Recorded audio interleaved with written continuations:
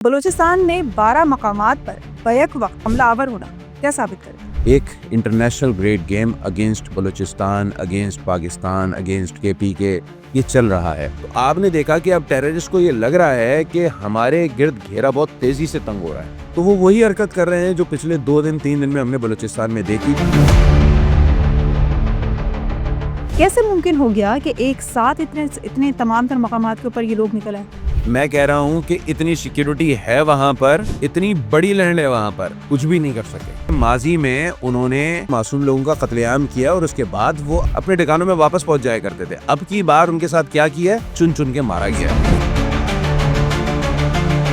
इस वक्त बलोचों का जो रिएक्शन सामने आ रहा है, आपको लगता है कि वो किसी किस्म पे कोई असरात छोड़ेगा? घर को आग लग गई, घर के चिराग से आग की तपिश आने लगी है, तो अब खुद समझ में आई है कि दहशतगर्दी किसी की सगी नहीं होती। ऐसी मिनरल्स, ऐसी माइंस का क्या करना जो जमीन के अंदर दफन रहे और लोगों की जिंदगी जानवरों जैसी हो। ऑपरेशन का जो पार्ट 2 भारत अनाउंस कर रहा था अपनी तरफ से, उसकी एक कोशिश हो सकती है। भारतीय बनी है, कोशिश तो वो असल से कर रहा है और अब तक करता रहेगा। और जैसे कि DGISPR ने खुद कहा है कि अब की बार आओ तो तुम्हें सही का मजा चखाएंगे। पाकिस्तान टेक्निकली भी बड़ा साउंड है और पाकिस्तान फिजिकली भी बड़ा साउंड है। जाहिर सी बात है, दुश्मन का काम क्या है? साजिशें करना। हमारी सिक्योरिटी फोर्सेज और सिक्योरिटी दारों का क्या काम है? उसका काउंटर करना। काउंटर अल्हम्दुलिल्लाह बेहतरीन तरीके से हो रहा है।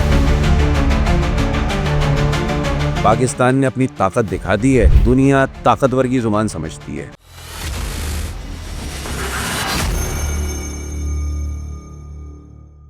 पाकिस्तान के सूबा बलूचिस्तान में हालिया दहशतगर्दी के वाकयात क्या किसी नई ग्रेट गेम का हिस्सा हैं, या फिर इसके पीछे जो हम देखते हैं कि BLA जो भारत से ऑपरेट होती है और इस मरतबा अफगानिस्तान में भी इसके ताने बाने मिलते हुए नजर आए हैं कि जो कार्रवाइयाँ हुई हैं उसके तमाम तर जो ट्रेस आउट हुए हैं, लिंक्स, वो अफगानिस्तान के थ्रू हुए हैं। क्या कुछ होने जा रहा है बलूचिस्तान में इस ग्रेट गेम के जरिए, और क्या कोई नया एक हम समझें कि जी खेल तैयार किया गया है बलूचिस्तान के लिए? इस पर गुफ्तगू करेंगे। हमारे साथ मौजूद हैं एंकर पर्सन अली आबिद। सलाम समीन, कैसी हैं? ठीक है, मैं ठीक हूँ। बलूचिस्तान में 12 मकामात पर बैक वक्त हमलावर होना क्या साबित करता है? देखिए, आपको याद होगा अब कुछ दिनों पहले फील्ड मार्शल सैयद आसिम मुनीर ने एक खिताब किया था और उसमें उन्होंने कहा था कि तुम 1500 लोग क्या ये समझते हो कि बलूचिस्तान को अलग कर लोगे तो तुम्हारी 10 नस्लें भी ये काम नहीं कर सकती। ये बात कही थी ना, वो इस पैरा में की थी क्योंकि एक international great game against Balochistan, against Pakistan, against KP के ये चल रहा है। सबसे पहले तो आपने देखा कि जब CPEC अनाउंस हुआ था, या गवादर पोर्ट से सबसे पहले अनाउंस हुई थी, तो उसके बाद ही बलूचिस्तान में इंसर्जेंसी शुरू हो गई थी। वो अपना कौम परस्ती के नाम पर ज़रूर हुई थी, लेकिन बैक एंड पे किनका सपोर्ट है वो सबको ही पता है। और ये आपके जो बलोच नेशनलिस्ट हैं, इन्वर्टेड कॉमास के जो नेशनलिस्ट हैं, ये आपके स्विट्ज़रलैंड में रहते हैं या लंदन में रहते हैं, वो रॉ के लोगों के साथ मामलात करते हैं, उनसे पैसे लेते हैं, फंडिंग होती है प्रॉपर। अब ये सब चीज़ें ज़बान ज़द आम है, ये कोई ढकी छुपी बात नहीं है। तो ये ग्रेट गेम का तो हिस्सा हमेशा से रहा है। अब इशू ये है कि CPEC फुल फ्लैश तरीके से फेज 2 में दाखिल हो चुका है। गवादर पोर्ट ऑपरेशनल हो चुकी है और मुनज़्ज़म अंदाज में ऑपरेशनल होने कुछ ही अरसे में जा रही है। गवादर का जो इंटरनेशनल एयरपोर्ट है वो भी ऑपरेशनल हो चुका है। तो अब चूंकि जितनी तेजी से गवादर की डेवलपमेंट स्टार्ट होगी, गवादर एक आलमी उफ़क़ पर जगमगाना शुरू करेगा, खित्ते में एक अपना मकाम बनाना शुरू करेगा, तो ये सारी चीज़ें तो होनी थी जो हुई हैं। अब आप ये कहें कि माजी में कभी हमने नहीं देखा कि बलूचिस्तान में टेररिस्ट अटैक जो है वो इतने बड़े पैमाने पर एक साथ कई शहरों या कई अजलाओं में एक साथ हुए हैं। उसके पीछे क्या वजह है? उसके पीछे ये वजह है कि पहले सपोर्ट थोड़ी बहुत ईरान से मिल जाती थी, अफगानिस्तान में मिल जाती थी, कई थे ना, शेल्टर्स थे ना वहाँ पे, उनके सपोर्ट थी ना। लेकिन जब से हमने देखा कि इसराइल और ईरान वॉर हुई, तो उसके बाद ईरान की तरफ से जो भी थोड़ी बहुत मिल रही थी वहाँ से, वो सपोर्ट ख़त्म हो गई। अभी अफगानिस्तान की सूरत हाल ये है कि अफगानिस्तान के अंदर जो मौलवियों की हुकूमत है, तालिबान की जो हुकूमत है, वो खुद ही आपसी इख्तलाफात का शिकार हो गई है।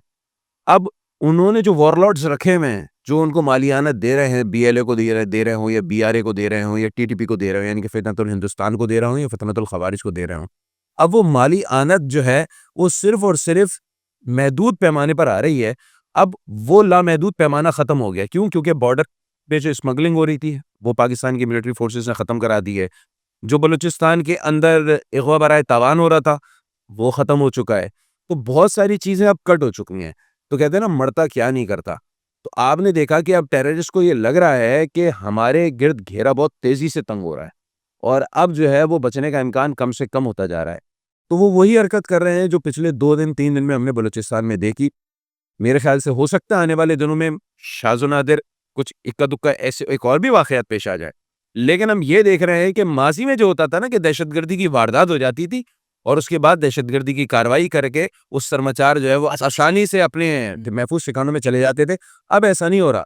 अब अगर आ रहे हैं ना तो फिर मारे भी जा रहे हैं, यानी कि ठोके भी जा रहे हैं। यही हम करने लगे हैं कि 12 मकामात पर अगर उन्होंने बैक-वक़्त अटैक किया है, तो फिर सिक्योरिटी फ़ोर्सेस ने बरवक़्त कार्रवाई करते हुए अब तक की जो तादाद वो ऑलमोस्ट 177 के इर्द-गिर्द आ रही है और जो सिक्योरिटी फ़ोर्सेस का या शहरियों का नुकसान है, वो उनके मुकाबले में कुछ भी नहीं है, उनकी जो शहादतें हैं, यकीनन लॉस है, लेकिन उतने बड़े पैमाने पे नहीं है, जिस तरह दहशतगर्द चाहते थे।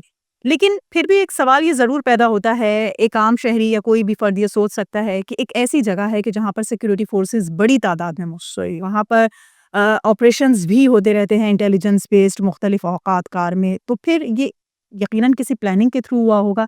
कैसे मुमकिन हो गया कि एक साथ इतने इतने तमाम तर मकामात के ऊपर ये लोग निकल आए? पहले तो एक बात ये समझें कि आपने कहा कि ये कैसे मुमकिन हो गया। बलूचिस्तान पाकिस्तान की 44% लैंड रखता है, मामूली बात नहीं है।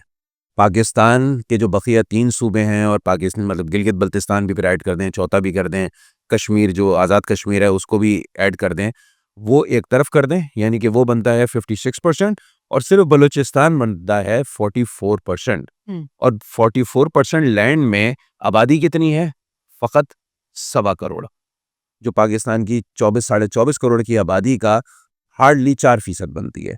वो 4 से 5% आबादी आपकी बलूचिस्तान की है और लैंड कितना है 44%। अब इतनी बड़ी लैंड है, आबादी इतनी सी है, हुँ। एक गांव से दूसरे गांव ट्रैवल करना हो तो आप पैदल नहीं जा सकते, आपको मोटरसाइकिल चाहिए या गाड़ी चाहिए। हुँ। मतलब एक गांव से दूसरे गांव को ट्रैवल करने के लिए इतनी आपको जो है ना ट्रैवलिंग करनी पड़ती है। अब आप ये कह रही हैं कि इतनी सिक्योरिटी फोर्सेस या तो मैं नहीं कह रही एक आम शख्स मतलब एक है आम तासुर है ना कि इतनी सिक्योरिटी फोर्सेस, इतनी सख्त सिक्योरिटी, उसके बावजूद भी दहशतगर्द ये करने में कामयाब हो गए। हुँ। मैं कह रहा हूँ कि इतनी सिक्योरिटी है वहां पर, इतनी बड़ी लैंड है वहां पर, कुछ भी नहीं कर सके। अगर कोई और जगह होती तो वो बहुत कुछ कर लेते। हुँ। और आपने देखा है कि माजी में उन्होंने जब जब किया है तो उन्होंने लोगों का, मासूम लोगों का कत्लेआम किया और उसके बाद वो अपने हुँ। ठिकाने सेफ हाउसेस में पहुंच जाया करते थे, अपने ठिकानों में वापस पहुंच जाया करते थे। अब की बार उनके साथ क्या किया है? हुँ। उनको चुन चुन के मारा गया है। स्पॉट तो सिक्योरिटी फोर्सेस अपना काम कर रही हैं। हुँ। बलूचिस्तान की जियो स्ट्रेटेजिक जो सूरत हाल है, जो इस वक्त उसकी इलाकाई एक अहमियत है, वो अपनी जगह है। उसको इंसर्जेंसी के ज़रिए जो है वो टॉपल करने की कोशिश की जा रही है। अब बात ये है कि दहशतगर्दों के पास और कोई इस वक्त रास्ता नहीं है और सिर्फ एक रास्ता है, या तो वो हथियार डाल दें हुँ। या फिर वो इस तरीके की दहशतगर्दी की वारदातें करें और उसमें फिर वो इसी तरीके से मारे जाएँ जिस तरीके से मारे। अच्छा, ये हम देख रहे हैं कि जो दहशतगर्द मारे गए हैं, उनमें बीएलए के ज़्यादातर लोग हैं, लेकिन फितनतुल हिंदुस्तान यानी वही बात है कि जी वहाँ से फंडिंग हो रही है, अफ़गानिस्तान के जो रास्ते हैं वो इस्तेमाल हो रहे हैं। जो तमाम तर राब्ते अभी निकल कर आए हैं इस ऑपरेशन के दौरान, वो भी अफ़गानिस्तान से बैठकर उनकी डीलिंग चल रही थी। असलहा उनके पास से जो बरामद हुआ है, वो अमरीकी साख्त का वो असलहा है जो अफ़गानिस्तान उसको अफगानिस्तान छोड़ के गए थे। तो ये जब सारे ताने-बाने मिलते हैं आपस में, तो फिर पाकिस्तान का आप क्या समझते हैं कि जो मरासिम हैं इस वक़्त यूएस के साथ या अमेरिका जिस तरह से पाकिस्तान के ऊपर मेहरबान है, क्या उसको किसी किस्म का कोई स्टेप लेना चाहिए? उस हवाले से जो कुछ वो अफ़गानिस्तान में अपनी चीज़ें छोड़ के जा चुका है? देखिए, पाकिस्तान तो पहले दिन से मुतालबा कर रहा है। जब अमरीकी यहाँ से गए थे 2021 में, उस वक्त से पाकिस्तान ये मुतालबा कर रहा है कि जो वहाँ पर वो असला छोड़ के गए हैं, हुँ। अब वो हाथ लगा है अफ़गान तालिबान के। हुँ। और ज़ाहिर-सी बात है, अफ़गान तालिबान के अंदर भी बहुत सारे ऐसे लोग हैं जिनके कहीं न कहीं नेक्सेस हैं, टीटीपी के साथ हैं, दाइश के साथ हैं या फिर जो है वो अल-कायदा के साथ हैं, एक्स-वाई-ज़ेड टेररिस्ट ऑर्गनाइज़ेशंस के साथ हैं। तो ये सारे के सारी चीज़ें ये उनके हाथ लग सकती हैं। ये उस वक़्त भी हमने खदशात का इज़हार किया था और हमारा खदशा जो है वो बिल्कुल सही साबित हुआ। पाकिस्तान में पिछले 2 ढाई सालों में जो दहशतगर्दियाँ हुई हैं, स्पेशली केपी के और बलूचिस्तान में, उसमें वही अमरीकी साख्ता असलहा ही इस्तेमाल किया गया है। तो पाकिस्तान ने तो इंटरनेशनल प्लेटफ़ॉर्म्स पर भी हुँ। और जो लोकल जितने भी सतह पर मामला उठा सकता था, पाकिस्तान ने उठाया। अफ़गानिस्तान के साथ भी ये मामला उठाया है। पाकिस्तान ने ओआईसी के प्लेटफ़ॉर्म से भी ये मामला उठाया है। पाकिस्तान ने अक़वाम मुत्तहिदा के प्लेटफॉर्म पर भी ये मामला उठाया है, अमेरिका के साथ भी ये मामला जो है वो डिस्कस किया है। अब बात यह है कि अमरीकी भी खुद कहते हैं, बज़ाहिर तो ये कहते हैं ना कि वो असलहा वापस किया जाए।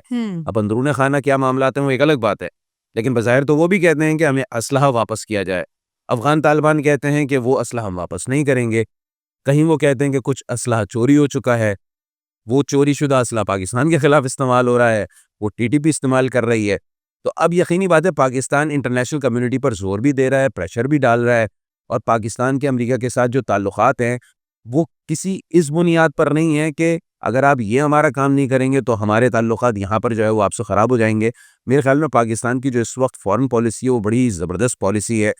हमारी इस फ़ॉरेन पॉलिसी का जो बुनियादी मकसद है जो मुझे नज़र आ रहा है वो ये है कि किसी को नाराज़ नहीं करना और अपने मफादात का मुकम्मल तहफ़्फ़ुज़ करना। सही। अच्छा, इस वक़्त बलूचिस्तान में हमने देखा कि ख़वातीन जिस तरह से और दीगर वाक़यात में यूज़ होती रही हैं, बीएलए का आला-ए-कार बनती रही हैं, इन वारदातों में भी ख़वातीन का, बच्चों का जो है वो इस्तेमाल देखा गया है। लेकिन जो बलोच कौम है, या जो हम कहते हैं कि जी जो ओरिजिनल बलोच हैं, जो नेशन है, वो ये उनका ये कहना है कि जी जो चेहरा या जो हमें बनाकर पेश किया जा रहा है दुनिया के सामने, जो तासुर देने की कोशिश की जा रही है कि जी बलोच जो लोग हैं वो ऐसे होते हैं, वैसे होते हैं। दरअसल ये बलोच नहीं है, वो खुद उसके अगेंस्ट निकल कर आ चुके हैं। इस वक़्त बलोचों का जो रिएक्शन सामने आ रहा है, आपको लगता है कि वो किसी किस्म के कोई असरात छोड़ेगा? देखिए, बलोचों का अब जो रिएक्शन आ रहा है ना वो बहुत बेहतर तर्ज़ अमल आना शुरू हो गया। पहले भी बलोच कम से कम ये जो इंसर्जेंसी होती थी, ये जो दहशतगर्दी होती थी, उसके अगेंस्ट ही होते थे। लेकिन अब चूँकि ज़ाहिर-सी बात है डिजिटल मीडिया का दौर है, पहले उनकी आवाज़ इस तरीके से मंज़र-ए-आम पर नहीं आती थी। अब डिजिटल मीडिया के ज़रिए आम बलोचों की आवाज़ भी सामने आ रही है, और इस दफ़ा जो दहशतगर्दी की वारदात हुई है, उसमें बलोचों को भी नुकसान पहुँचाया गया। पहले तो ये होता था ना कि पंजाब के मज़दूरों को मार दिया जाता था, वही लोग। या सिंध के लोगों को मार दिया जाता था, या सिक्योरिटी फोर्सेस के लोगों को शहीद कर दिया जाता था, यही होता था। अब की बार जो दहशतगर्दी की वारदातें हुई हैं, उनमें आम बलोच फैमिलीज़ भी मुतासिर हुई हैं।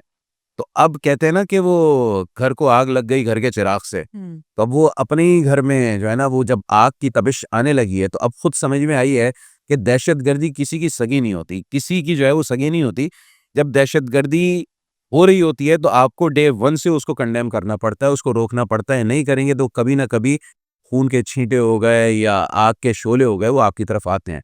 तो ये एक गुड साइन है कि बलूच सोसाइटी जो है वो अब इसके खिलाफ खड़ी हो रही है, और वो अब ये बात कर रही है कि बलूचिस्तान में हमें आज़ादी किससे चाहिए? हमें दहशतगर्दों से आज़ादी चाहिए। हमें क्या चाहिए? तरक्की चाहिए। देखें, किसी भी सरज़मीन में माइन्स हों, मिनरल्स हों, पेट्रोल हो, या सोने की कानें हों, हीरे, मोती, जवाहरात हों, कुछ भी हों, वो तब फ़ीज़िबल हैं, या वो तब उसके लिए जो है वो रहमत बनते हैं, जब वो चीज़ निकले और उसका पैसा वहाँ के लोगों को मिले और उनकी ज़िंदगी में खुशहाली आए। ऐसी मिनरल्स, ऐसी माइंस का क्या करना जो ज़मीन के अंदर दफ़न रहें और लोगों की ज़िंदगी जानवरों जैसी हो। अभी हम देखते हैं कि जो बलूचिस्तान में 90% एरियाज़ जो रिमोट एरियाज़ हैं, वहाँ के लोगों की ज़िंदगी जो है बहुत ज़्यादा गुर्बत में बसर हो रही है। तो अगर बलूचिस्तान तरक्की करता है, और वो तरक्की ज़ाहिर-सी बात है टेक्नोलॉजी से आएगी। टेक्नोलॉजी किसके पास है? मगरबी ममालिक के पास है, चाइना के पास है। वो लोग आ रहे हैं, माइंस एंड मिनरल्स पे वहाँ पे काम हो रहा है। जब वहाँ पे तरक्की होगी, आम लोगों की ज़िंदगी बेहतर होगी, तो मेरे ख़्याल में ये बहुत बेहतर साइन हुआ है इस दफ़ा। गो के ये दहशतगर्दी की वारदात हुई है जिसको हम भी कंडेम करते हैं, और बलूचिस्तान की सोसाइटी, सिविल सोसाइटी खुद कंडेम कर रही है।